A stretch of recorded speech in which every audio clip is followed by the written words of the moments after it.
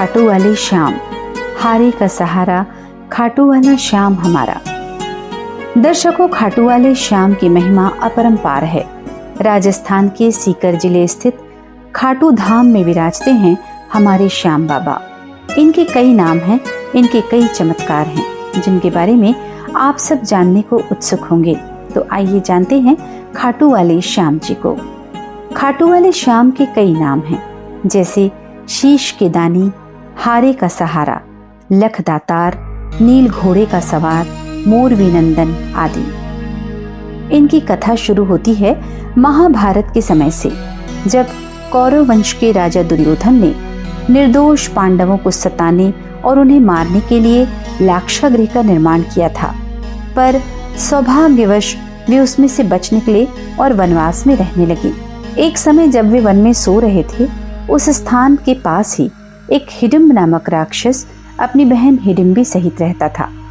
जब उन्हें पांडवों की गंध आई तो उन्हें देखकर ये राक्षस अपनी बहन से बोला, इन मनुष्यों को मारकर मेरे पास ले आओ। अपने भाई हिडिंब के आदेश से वह वहां आई, जहां पास ही सभी पांडव भाई द्रौपदी सहित सो रहे थे। सिर्फ भीम उनकी रक्षा में जाग रहा था। भीम के स्वरूप को देखकर हिडिंबी उसी क्षण उस पर मोहित हो गई और मन में यह सोचने लगी कि मेरे लिए उपयुक्त पति यही हो सकता है। उसने भाई के आदेश की परवाह किए बिना भीम को पति मान लिया। कुछ देर बाद हिडिंबी के वापस न लौटने पर हिडिंबासुर वहां आया और स्त्री के सुंदर भेष में अपनी बहन हिडिंबी को भीम से बात करता देख क्रोधित हुआ।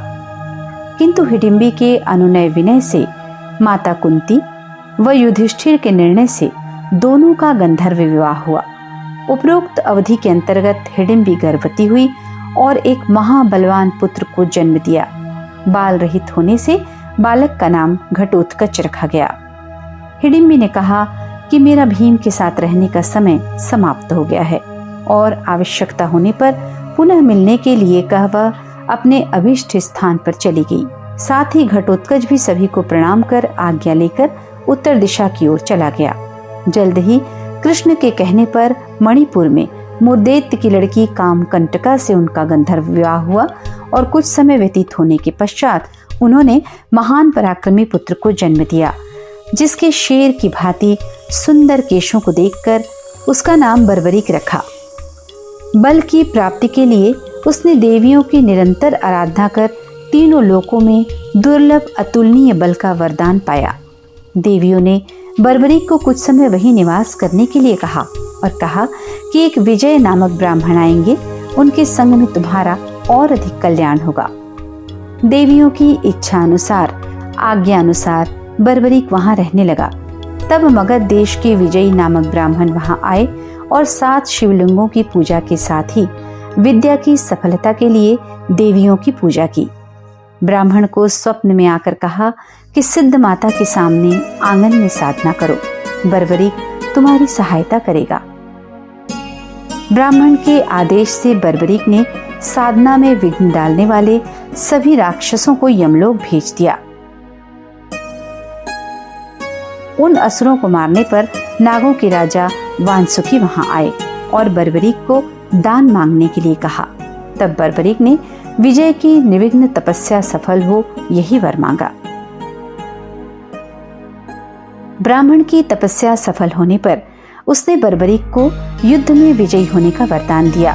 तत्पश्चात विजय को देवताओं ने सिद्धश्चर्य प्रदान किया। तब से उनका नाम सिद्धसेन हो गया। कुछ काल बीत जाने के बाद कुरुक्षेत्र मैदान में कौरवों और पांडवों के बीच युद्ध की तैयारियां होने लगी। इस अवसर पर बर्बरीक भी अपने तेज नीले घोड़े पर सवार होकर आ रहे थे। तब रास्ते में ही भगवान श्री कृष्ण ने बर्बरीक की परीक्षा लेने के लिए ब्राह्मण के भेष में उनके पास पहुंचे। भगवान ने बर्बरीक के मन की बात जानने के लिए उनसे पूछा कि तुम किसकी ओर से युद्ध लड़ने आए हो। तब बर्बरीक ने कहा, जो कमजोर पक्ष होगा उसकी ओर से मैं युद्ध लड़ूंगा। भगवान श्री कृष्ण ने बर्बरीक से कहा कि तुम 3 बाणों से सारी सेना को कैसे नष्ट कर सकते हो। तब बर्बरीक ने कहा कि सामने वाले पीपल वृक्ष के सभी पत्ते एक बाण से ही निशान हो जाएं और दूसरा उसे बेध देगा। कृष्ण ने मुट्ठी व पैर के नीचे 2 पत्ते छिपा लिए, पर देखते ही एक बाण से क्षण भर में सब पत्ते बिंध गए और वो बाण श्री कृष्ण के पैरों के पास परिक्रमा करने लगा। श्री कृष्ण को भान हो गया कि वास्तव में यह एक ही बार में सबको यमलोक भेज सकता है। तब ब्राह्मण बने श्री कृष्ण ने बर्बरीक से याचना की और कहा, हे ब्राह्मण, क्या चाहते हो? तब श्री कृष्ण ने कहा कि क्या सबूत है, जो मांगूंगा वह मुझे मिल जाएगा। बर्बरीक ने कहा, जब वचन की बात की है तो तुम प्राण भी मांगो तो मिल जाएंगे। तो ब्राह्मण के वेश में नटवर बोले, मुझे तुम्हारा शीश का दान चाहिए।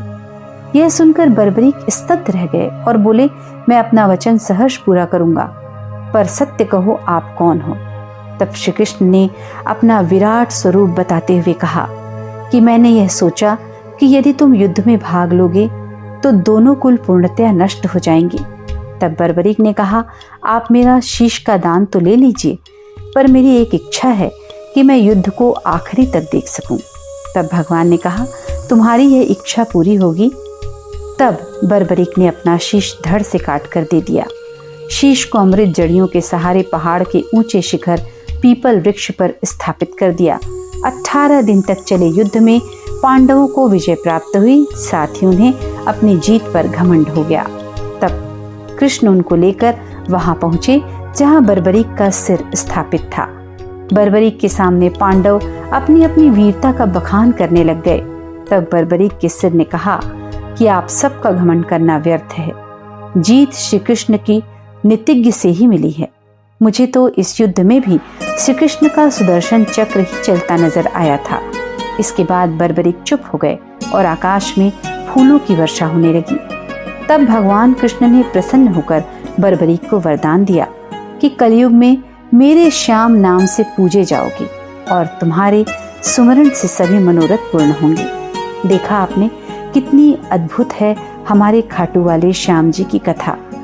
अपने इष्ट, अपने आराध्यों को ऐसे ही रोचक और ज्ञानवर्धक कथाओं को सुनने के लिए आप भी हमारे चैनल को सब्सक्राइब कीजिए, अपने परिचितों में शेयर कीजिए और बेल आइकॉन को दबाकर और नई नई कहानियों को देखिए सबसे पहले। जय श्री श्याम।